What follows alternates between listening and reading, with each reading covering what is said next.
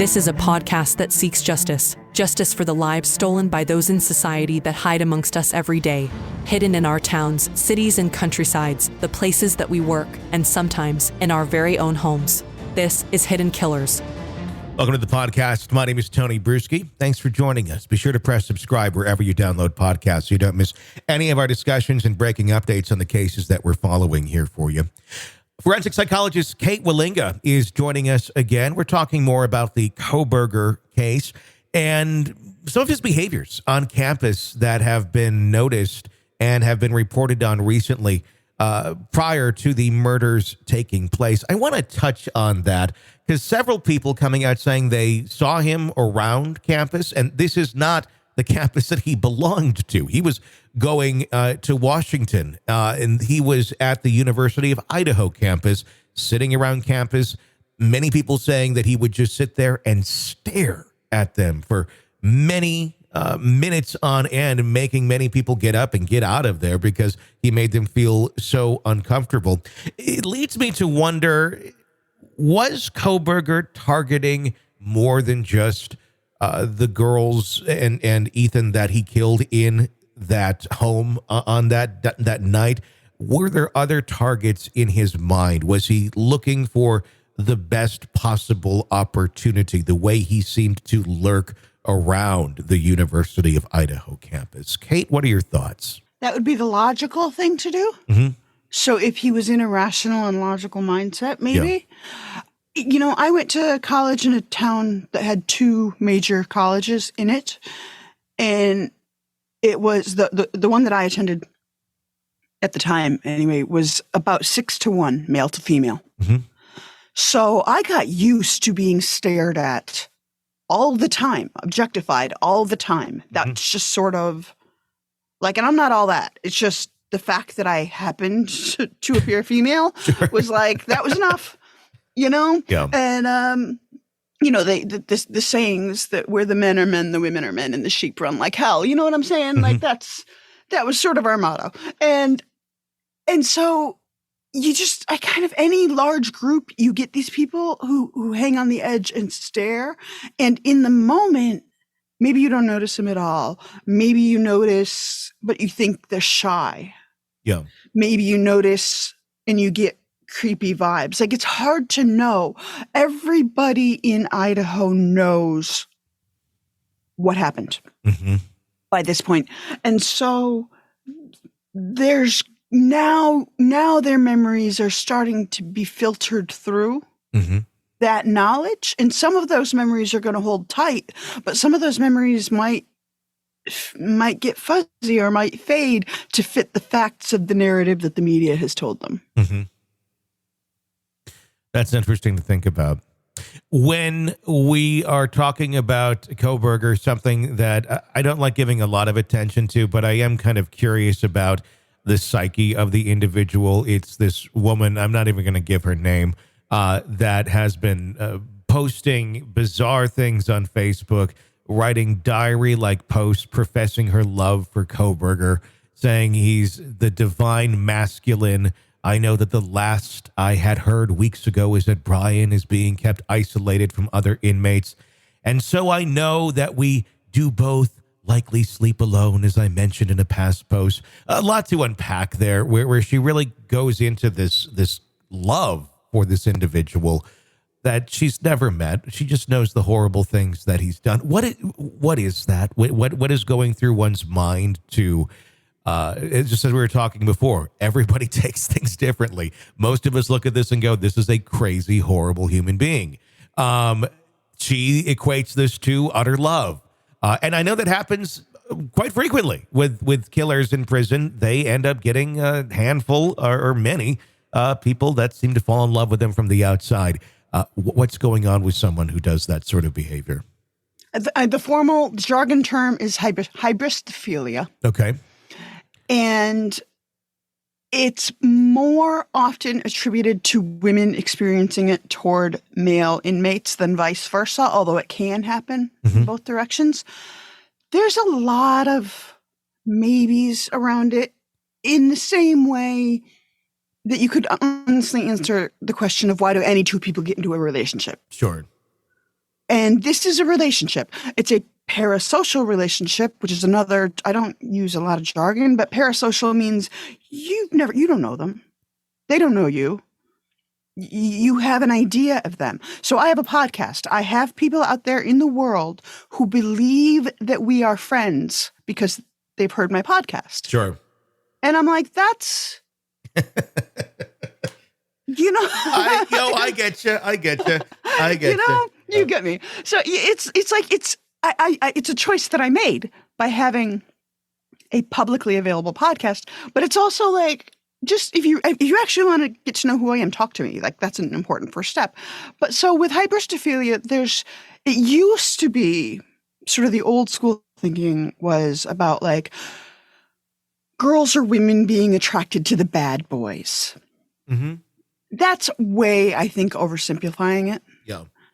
I've done a couple of episodes on my own podcast about it because it's fascinating. And like to the point where I took notes and everything. Like, I was way organized. It was wild. Yeah. But there's a lot of things behind it. Like, for instance, if a woman doesn't feel, especially, let's go with woman on the outside, man on the inside, just for simplicity's sake. If a woman doesn't feel like she's had a lot of power in her life, here's a way to feel like you're in the power position in a relationship. True. If a woman wants to know where her partner is sleeping at night, where better than to choose from someone who's actively incarcerated? If a woman wants to feel like they're in a white knight savior sort of role, here it is. I can fix him with my love. No, you can't. Yeah. But you can tell yourself that if you want to feel as though all he's doing is thinking of me. None of my other partners ever thought about me, but he's thinking about me. I mean, I hate to tell it to you, but he's not thinking about you. Like, the number of when inmates of both genders get groupies, they get a bunch, and all they got to do is write letters. Like, they got time. They'll write letters all day long. Yeah. And they'll get one that'll send them money, and then they'll get another that'll send nude photos, and they'll get another that'll send explicit letter. You know, like all this stuff. You can get a little bit of various needs met in different ways, and it's a power play, I feel. But so women on the outside, like, they can argue that it's an exercise in fiction, and sometimes that's all it is. You know, sometimes a cigar is just a cigar.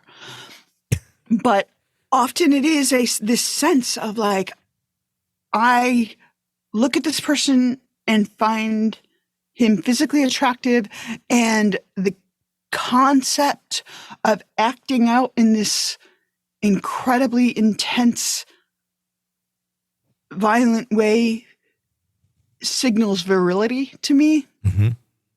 So I'm going to exercise my fantasies a little bit. I would argue that maybe don't do it in public. But that's more because there are things that like I can't do or talk about in public because of my professional history. Sure. And I don't want to be known down the road as like, oh, that was you. Sure. I mean, in the past, it would have been just simply sending letters back and forth, but now we're in a place where people can exercise that on such a public level. And I would imagine it feeds some sort of narcissistic need if you're doing it in public, as well as everything that you just expressed.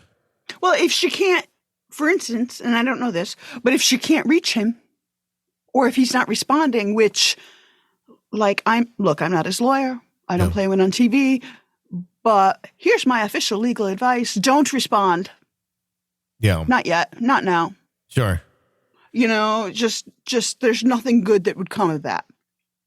Does a suspect like Kohberger enjoy this attention, almost of the fan clubs of sorts, expressing emotion towards him? And I'm even going to one up that.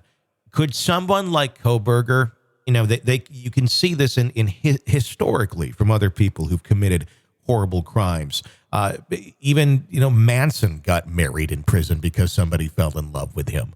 Is it ever part of the reason to commit the crimes in the first place to get this sort of attention from women that he could not get in real life when he was out there free, but he knew he'd be able to find this love and attention by doing something horrible and getting behind bars, but then he could actually get that because he was never able to get it on the outside? Probably not. No? Probably not. Bridge too far? Just because there are other ways to get that kind of attention without crossing the line into violence, including lying about it. Yeah. You could just lie and say you'd done it. Or there's, I don't have his name at the top of my head, the Drexel party. Try this again. The Dexter killer in Vancouver, Canada. Mark something. Mark Twitchell. Yes, thank you. I was going with W and I knew it wasn't W. Sure. Mark Twitchell is one who had an ongoing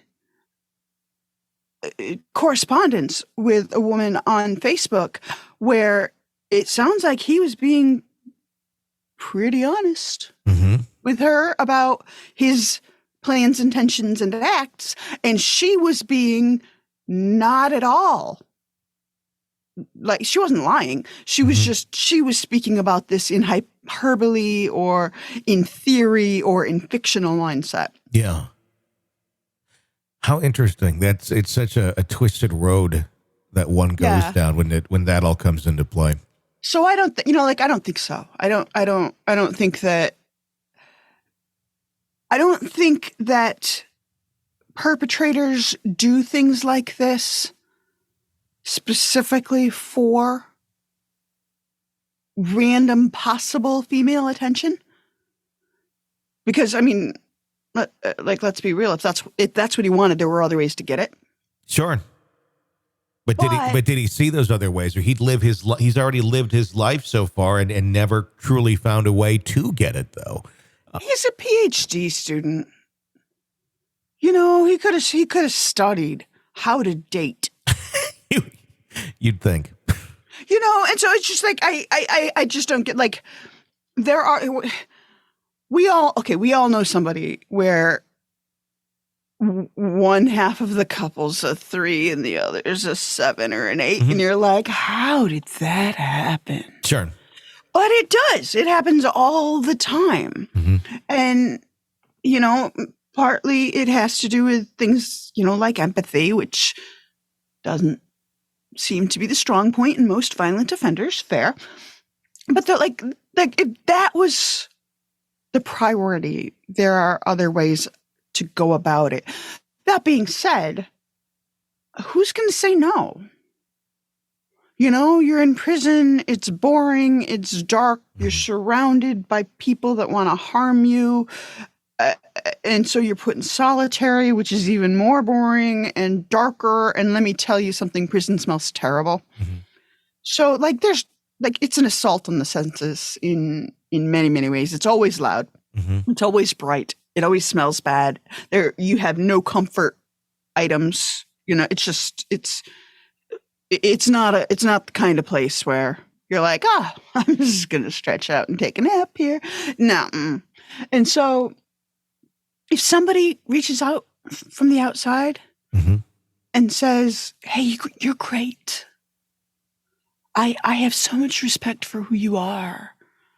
And I just want you to know that, I really admire, hang in there. You got people on your side. We want that at the side of our soccer game when we're 7. Sure. So what makes him stop wanting it when he's in prison at 28? Yeah, it would just continue on. And so I don't know how far the gag order extends, and I don't know if he's even allowed to receive outside correspondence. And if I was providing legal advice, it would be don't. Kate Wallinga, forensic psychologist and host of the podcast Ignorance Was Bliss. Thank you so much for joining us and sharing your insights. Always a pleasure. You can follow us wherever you download podcasts. Be sure to press subscribe and get a commercial-free version of the show through Apple Podcasts when you subscribe premium over there. You can follow me on Twitter at Tony B Pod. For all of us here, I'm Tony Bruschi. Thanks for listening.